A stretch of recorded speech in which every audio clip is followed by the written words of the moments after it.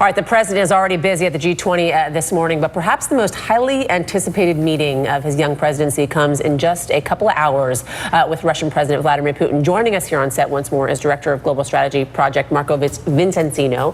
Marco, I want to play a soundbite for you between President Vladimir Putin and NBC's Megyn Kelly, and then we'll talk. Let's take a listen. They have been misled, and they aren't analyzing the information in its entirety. I haven't seen even once any direct proof of Russian interference in the presidential election in the United States. Hackers can be anywhere. They can be in Russia, in Asia, even in America, Latin America.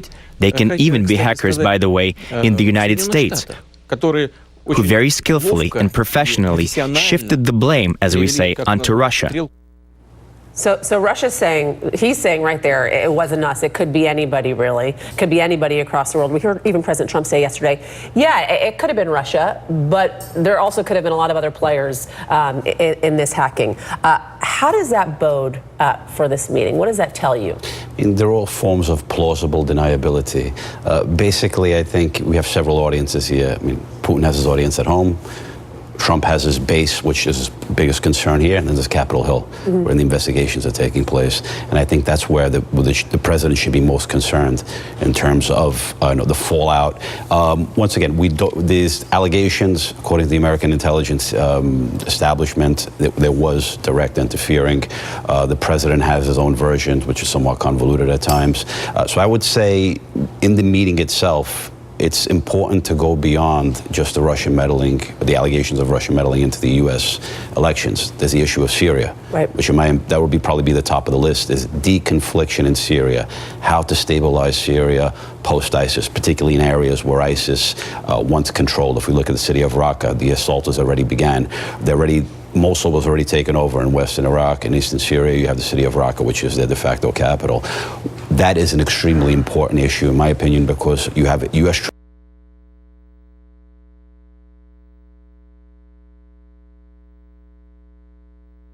skirmish. So we saw a Syrian jet go down. There's a high chance that anything could happen in terms of engagement.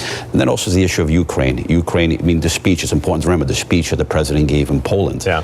It reaffirmed, it made the foreign policy establishment in Washington and the congressional leadership on both sides very happy, because he reiterated that was a scripted Trump. And then he went into the press conference, and you see the unscripted Trump. Let me ask you really quickly about those two issues that you were raising. Obviously, there's a long list of things that they need to talk about, but when you look at the meeting itself, it's only going to be attended by Rex Tillerson, Sergei Lavrov, and the translators and the two leaders. It doesn't seem to be going to have a lot of substance to it, given the fact that it's just a small cadre of people. It's largely choreographed, in my opinion. One of those, what they were going to discuss was planned well in advance. It's more of an opportunity of a face-to-face, a personal rapport, a shake of the hand, to have that physical contact. Remember, politics is made by human beings. It's not just about issues, about TV. There needs to be personal contact between individuals. And, Putin has experience with two previous U.S. presidents, George W. Bush and Barack Obama. There's going to be a third U.S. president he's dealing with. And he's very savvy, very skilled, and he has a lot more experience about reading people. Yeah. Physical, body language, as I said previously, will be very important on this.